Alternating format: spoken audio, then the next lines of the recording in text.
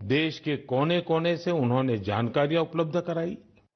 मन की बात के श्रोता ही इस कार्यक्रम के असली सूत्रधार हैं। आमतौर पर एक धारणा ऐसी घर कर गई है कि जब तक चटपटी बातें न हो, नकारात्मक बातें न हो, तब तक उसको ज्यादा तवज्जो नहीं मिलती है।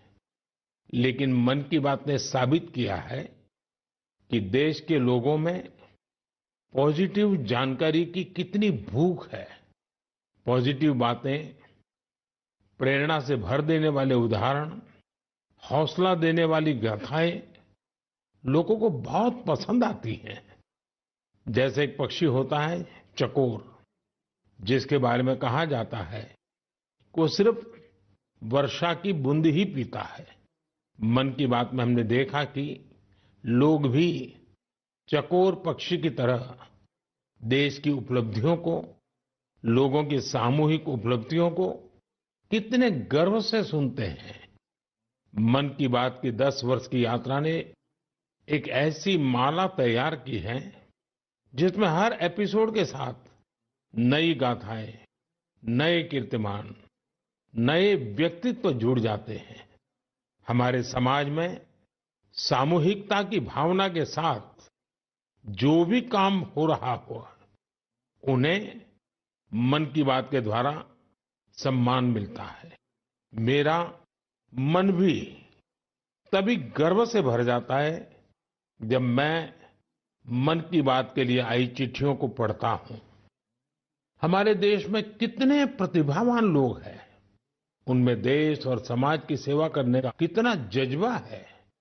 वो लोगों की निस्वार्थ भाव से सेवा करने में अपना पूरा जीवन समर्पित कर देते हैं। उनके बारे में जानकर मैं ऊर्जा से भर जाता हूं। मन की बात की ये पूरी प्रक्रिया मेरे लिए ऐसी है जैसे मंदिर जाकर के ईश्वर के दर्शन करना। मन की बात की हर बात को, हर घटना को, हर चिट्ठी को मैं याद करता हूं तो ऐसा लगता है कि मैं जनता जनार्दन, जो मेरे लिए ईश्वर का रूप है, मैं उनका दर्शन कर रहा हूं। साथियों, मैं आज दूरदर्शन, प्रसार भारती और ऑल इंडिया रेडियो से जुड़े सभी लोगों की भी सराहना करूंगा। उनके अथक प्रयासों से मन की बात इस महत्वपूर्ण पड़ाव तक पहुंचा है। मैं विभिन्न टीवी चैनल्स को, रीजनल टीवी चैनल्स का भी आभारी हूं, जिन्होंने लगातार इसे दिखाया है।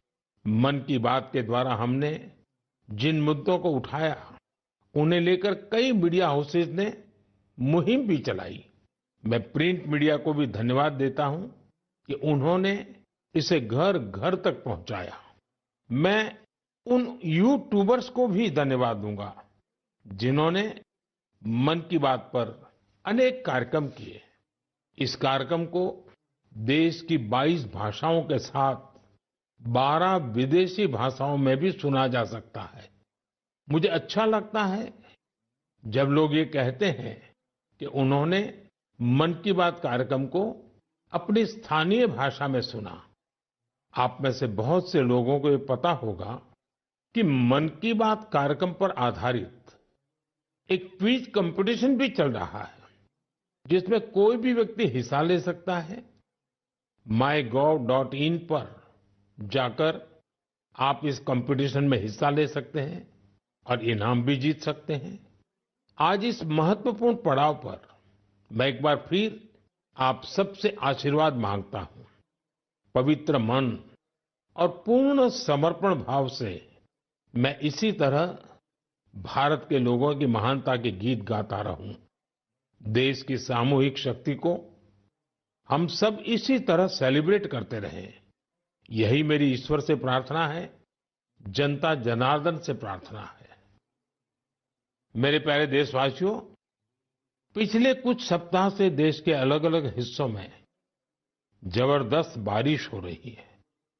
बारिश का ये मौसम हमें याद दिलाता है कि जल संरक्षण कितना जरूरी है, पानी बचाना कितना जरूरी है।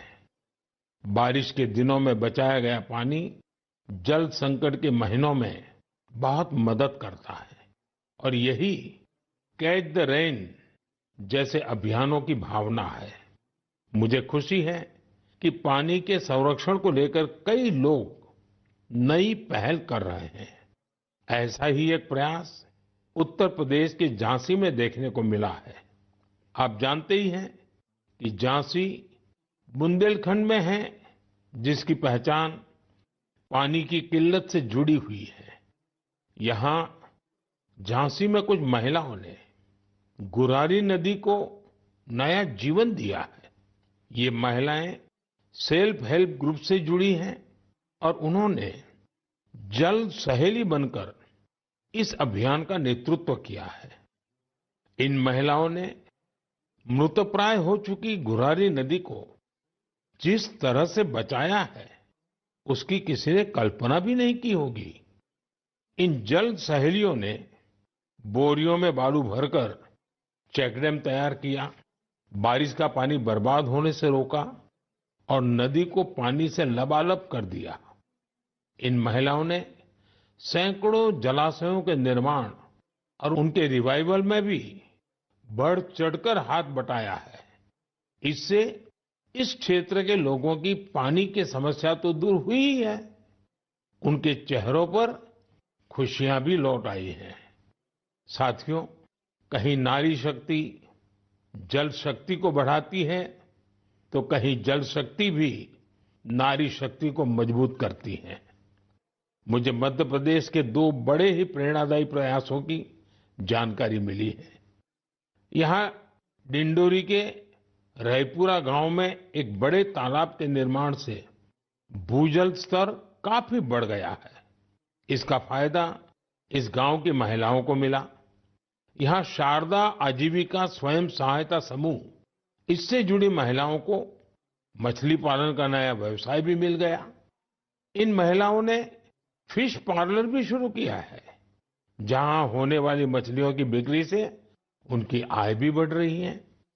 मध्य प्रदेश के छतरपुर में भी महिलाओं का प्रयास बहुत सराहनीय है। यहाँ के खौब गांव का बड़ा तालाब जब सूखने लगा, तो महिलाओं ने इसे पुनर्जीवित करने का बीड़ा उठाया। हरी बगिया स्वयं सहायता समूह की इन महिलाओं ने तालाब से बड़ी मात्रा में गाद निकाली। तालाब से जो गाद निकली, उसका उपयोग उन्होंने बंजर जमीन पर फूड फॉरेस्ट तैयार करने के लिए किया। इन महिलाओं की मेहनत से न सिर्फ तालाब में खूब पानी भर गया, बल्कि फसलों की उपज भी काफी बढ़ी है। देश के कोने कोने में हो रहे जल संरक्षण के ऐसे प्रयास पानी के संकट से निपटने में बहुत मददगार साबित होने वाले हैं। मुझे पूरा भरोसा है कि आप भी अपने आसपास हो रहे हैं ऐसे प्रयासों से जरूर जुड़ेंगे। मेरे प्यारे देशवासियों, उत्तराखंड के उत्तरकाशी में एक सीमावर्ती गांव है जाला। यहाँ के युवाओं ने अपने गांव को स्वच्छ रखने के लिए एक खास पहल शुरू की है। वे अपने गांव में धन्यवाद प्रकृति या कहें थैंक यू नेचर अभियान चला रहे हैं। इसके तहत गांव में रोजाना 2 घंटे सफाई की जाती है। गांव की गलियों में बिखरे हुए कूड़े को समेटकर उसे गांव के बाहर तय जगह पर डाला जाता है। इससे जाला गांव भी स्वच्छ हो रहा है और लोग जागरूक भी हो रहे हैं। आप सोचिए, अगर ऐसे ही हर गांव, हर गली, हर मोहल्ला अपने यहाँ ऐसा ही थैंक यू अभियान शुरू कर दें, तो कितना बड़ा परिवर्तन आ सकता है। साथियों, स्वच्छता को लेकर पुडुचेरी के समुद्र तट पर भी जबरदस्त मुहिम चलाई जा रही है। यहाँ रम्या जी नाम की महिला माहे म्युनिसिपैलिटी और इसके आसपास के क्षेत्र के युवाओं की एक टीम का नेतृत्व कर रही है। इस टीम के लोग अपने प्रयासों से माहे एरिया और खासकर वहां के बीचेस को पूरी तरह साफ सुथरा बना रहे हैं। साथियों, मैंने यहाँ सिर्फ 2 प्रयासों की चर्चा की है, लेकिन हम आसपास देखें तो पाएंगे कि देश के हर किस हिस्से में स्वच्छता को लेकर कोई न कोई अनोखा प्रयास जरूर चल रहा है। कुछ ही दिन बाद आने वाले 2 अक्टूबर को स्वच्छ भारत मिशन के 10 साल पूरे हो रहे हैं। ये अवसर उन लोगों के अभिनंदन का है जिन्होंने इसे भारतीय इतिहास का इतना बड़ा जन आंदोलन बना दिया। ये महात्मा गांधी जी को भी सच्ची श्रद्धांजलि है, जो जीवन पर्यंत इस उद्देश्य के लिए समर्पित रहे। साथियों, आज ये स्वच्छ भारत मिशन की ही सफलता है कि वेस्ट टू वेल्थ का मंत्र लोगों में लोकप्रिय हो रहा है। लोग रिड्यूस, रीयूज और रिसाइकल पर बात करने लगे हैं, उसके उदाहरण देने लगे हैं। अब जैसे मुझे केरला में कोझिकोड में एक शानदार प्रयास के बारे में पता चला। यहाँ 74 ईयर के सुब्रमण्यम जी 23,000 से अधिक कुर्सियों की मरम्मत करके उन्हें दोबारा काम लायक बना चुके हैं। लोग तो उन्हें रिड्यूस, रीयूज और रिसाइकल यानी ट्रिपल आर चैंपियन भी कहते हैं। उनके इन अनूठे प्रयासों को कोझिकोड सिविल स्टेशन, पीडब्ल्यूडी और एलआईसी के दफ्तरों में देखा जा सकता है। साथियों, स्वच्छता को लेकर जारी अभियान से हमें ज्यादा से ज्यादा लोगों को जोड़ना है। और ये अभियान किसी एक दिन का, एक साल का नहीं होता है। ये युगों युगों तक निरंतर करने वाला काम है। ये जब तक हमारा स्वभाव बन जाए स्वच्छता, तब तक करने का काम है। मेरा आप सबसे आग्रह है कि आप भी अपने परिवार, दोस्तों, पड़ोसियों या सहकर्मियों के साथ मिलकर स्वच्छता अभियान में हिस्सा जरूर लें। मैं एक बार फिर स्वच्छ भारत मिशन की सफलता पर आप सभी को बधाई देता हूं। मेरे प्यारे देशवासियों, हम सभी को अपनी विरासत पर बहुत गर्व है और मैं तो हमेशा कहता हूं, विकास भी, विरासत भी। यही वजह है कि मुझे हाल की अपनी अमेरिका यात्रा के एक खास पहलू को लेकर बहुत सारे संदेश मिल रहे हैं। एक बार फिर हमारी प्राचीन कलाकृतियों की वापसी को लेकर बहुत चर्चा हो रही है। मैं इसे लेकर आप सबकी भावनाओं को समझ सकता हूं और मन की बात के श्रोताओं को भी इस बारे में बताना चाहता हूं। साथियों, अमेरिका की मेरी यात्रा के दौरान अमेरिकी सरकार ने भारत को करीब 300 प्राचीन कलाकृतियों को वापस लौटाया है। अमेरिका के राष्ट्रपति बाइडेन ने पूरा अपनापन दिखाते हुए डेलावेयर के अपने निजी आवास में इनमें से कुछ कलाकृतियों को मुझे दिखाया। लौटाई गई कलाकृतियां टेराकोटा, स्टोन, हाथी के दांत, लकड़ी, तांबा और कांसे जैसी चीजों से बनी हुई है। इनमें से कई तो 4000 साल पुरानी है। 4000 साल पुरानी कलाकृतियों से लेकर 19वीं सदी तक की कलाकृतियों को अमेरिका ने वापस किया है। इनमें फूलदान, देवी देवताओं की टेराकोटा पट्टिकाएं, जैन तीर्थंकरों की प्रतिमाओं के अलावा भगवान बुद्ध और भगवान श्री कृष्ण की मूर्तियां भी शामिल है। लौटाई गई चीजों में पशुओं की कई आकृतियां भी हैं। पुरुष और महिलाओं की आकृतियों वाली जम्मू कश्मीर की टेराकोटा टाइल्स तो बेहद ही दिलचस्प है। इनमें कांसे से बनी भगवान श्री गणेश जी की प्रतिमाएं भी हैं, जो दक्षिण भारत की हैं। वापस की गई चीजों में बड़ी संख्या में भगवान विष्णु की तस्वीरें भी हैं। ये मुख्य रूप से उत्तर और दक्षिण भारत से जुड़ी हैं। इन कलाकृतियों को देखकर पता चलता है कि हमारे पूर्वज बारीकियों का कितना ध्यान रखते थे। कला को लेकर उनमें गजब की सूझबूझ थी। इनमें से बहुत सी कलाकृतियों को तस्करी और दूसरे अवैध तरीकों से देश के बाहर ले जाया गया था। यह गंभीर अपराध है। एक तरह से यह अपनी विरासत को खत्म करना जैसा है। लेकिन मुझे इस बात की बहुत खुशी है कि पिछले एक दशक में ऐसी कई कलाकृतियां और हमारी बहुत सारी प्राचीन धरोहरों की घर वापसी हुई है।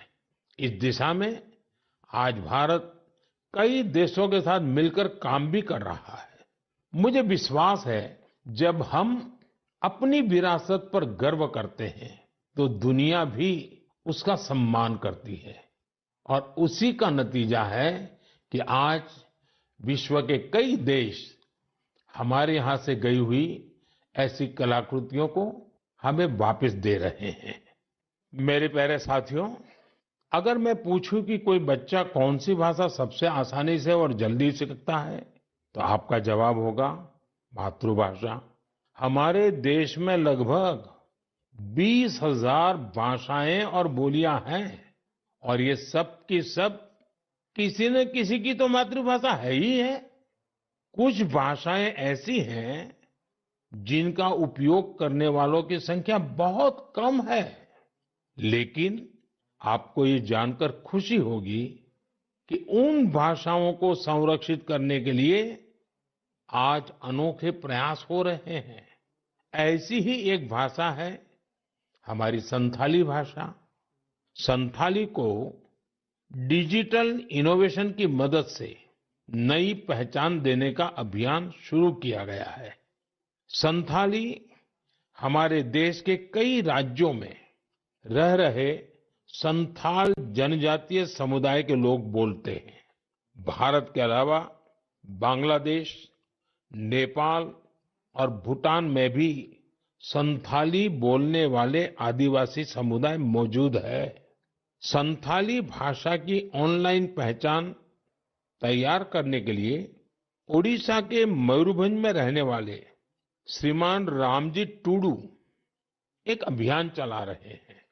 रामजीत जी ने एक ऐसा डिजिटल प्लेटफॉर्म तैयार किया है जहां संथाली भाषा से जुड़े साहित्य को पढ़ा जा सकता है और संथाली भाषा में लिखा जा सकता है।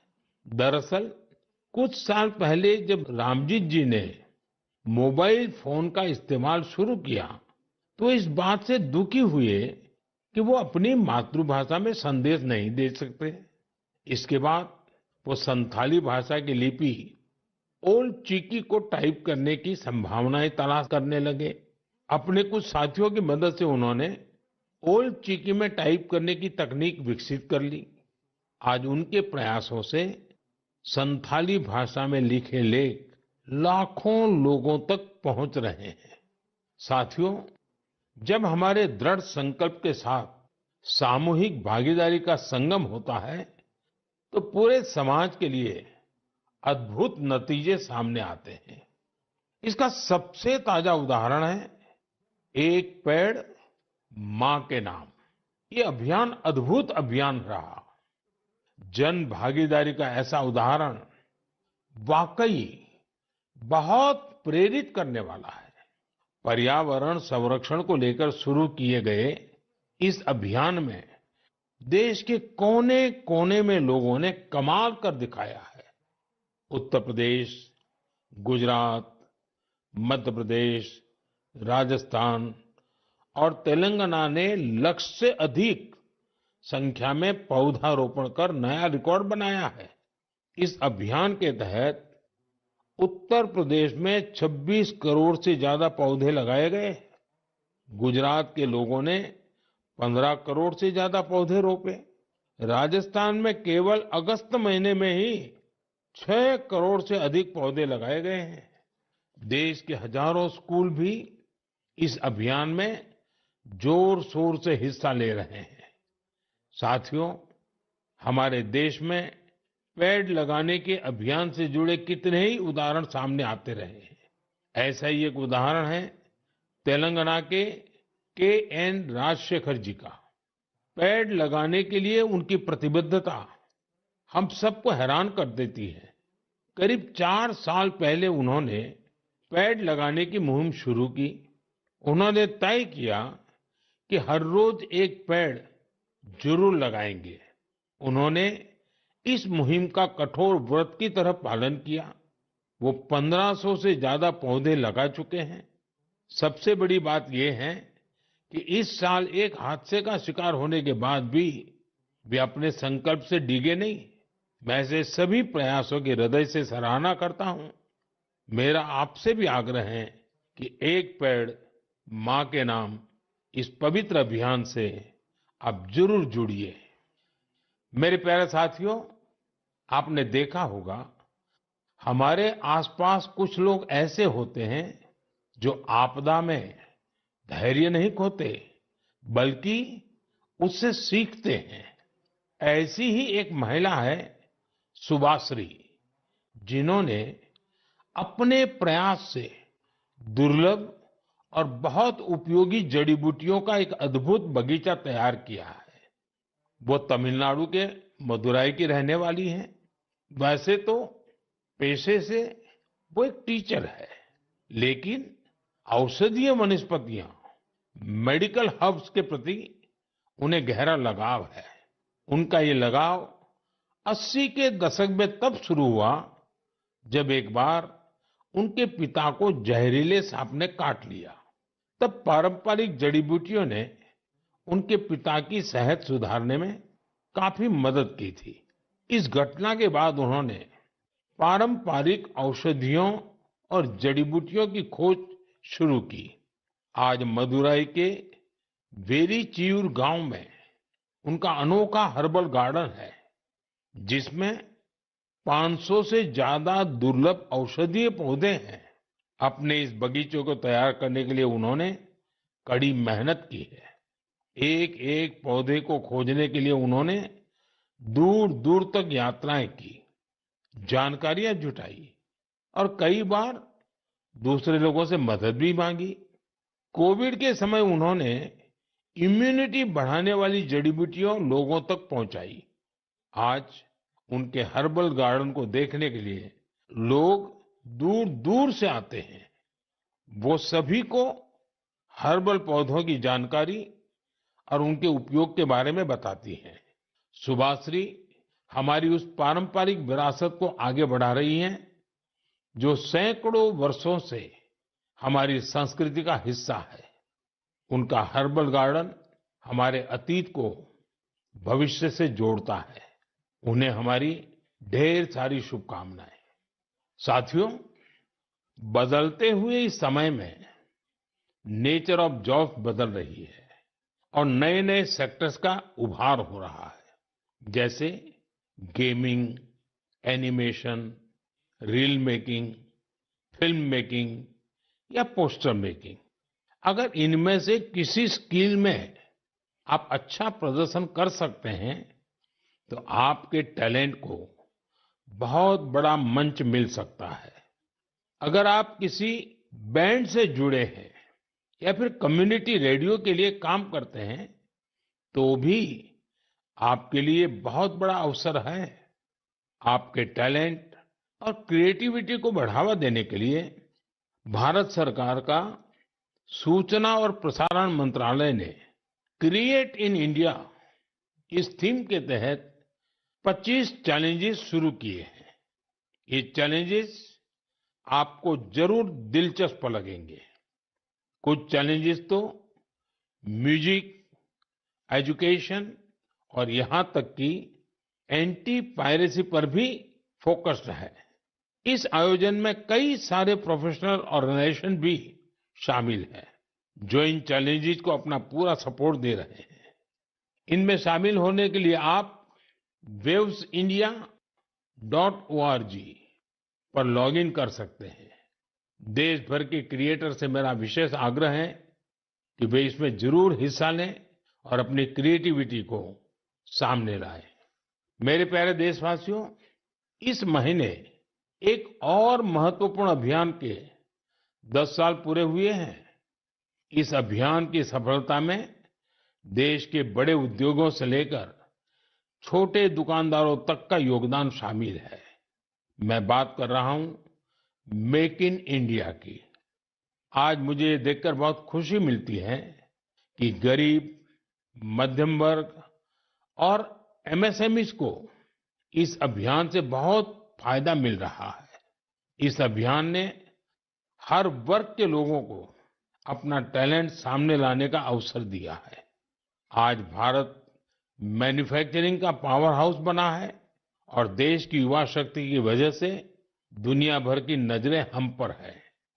ऑटोमोबाइल्स हो, टेक्सटाइल्स हो, एविएशन हो, इलेक्ट्रॉनिक्स हो या फिर डिफेंस, हर सेक्टर में देश का एक्सपोर्ट लगातार बढ़ रहा है। देश में एफडीआई का लगातार बढ़ना भी हमारे मेक इन इंडिया की सफलता की गाथा कह रहा है। अब हम मुख्य रूप से दो चीजों पर फोकस कर रहे हैं। पहली है क्वालिटी, यानी हमारे देश में बनी चीजें ग्लोबल स्टैंडर्ड की हो। दूसरी है वोकल फॉर लोकल, यानी स्थानीय चीजों को ज्यादा से ज्यादा बढ़ावा मिले। मन की बात में हमने hashtag my product my pride की भी चर्चा की है। लोकल प्रोडक्ट को बढ़ावा देने से देश के लोगों को किस तरह से फायदा होता है, इसे एक उदाहरण से समझा जा सकता है। महाराष्ट्र के भंडारा जिले में टेक्सटाइल की एक पुरानी परंपरा है, Bhandara tussar silk handloom. Tussar silk अपने डिजाइन, रंग और मजबूती के लिए जानी जाती है। भंडारा के कुछ हिस्सों में 50 से भी अधिक सेल्फ हेल्प ग्रुप इसे संरक्षित करने का काम में जुटे हैं। इनमें महिलाओं की बहुत बड़ी भागीदारी है। यह सिल्क तेजी से लोकप्रिय हो रही है और स्थानीय समुदायों को सशक्त बना रही है। और यही तो मेक इन इंडिया की स्पिरिट है। साथियों, त्योहारों के इस मौसम में आप फिर से अपना पुराना संकल्प भी जरूर दोहराइए। कुछ भी खरीदेंगे वो मेड इन इंडिया ही होना चाहिए। कुछ भी गिफ्ट देंगे वो भी मेड इन इंडिया ही होना चाहिए। सिर्फ मिट्टी के दिए खरीदना ही वोकल फॉर लोकल नहीं है। आपको अपने क्षेत्र में बने स्थानीय उत्पादों को ज्यादा से ज्यादा प्रमोट करना चाहिए। ऐसा कोई भी प्रोडक्ट जिसे बनाने में भारत के किसी कारीगर का पसीना लगा है, जो भारत की मिट्टी में बना है, वो हमारा गर्व है। हमें इसी गौरव पर हमेशा 4 चांद लगाने हैं। साथियों, मन की बात के इस एपिसोड में मुझे आपसे जुड़कर बहुत अच्छा लगा। इस कार्यक्रम से जुड़े अपने विचार और सुझाव हमें जरूर भेजिएगा। मुझे आपके पत्रों और संदेशों की प्रतीक्षा है। कुछ ही दिन बाद त्योहारों का सीजन शुरू होने वाला है।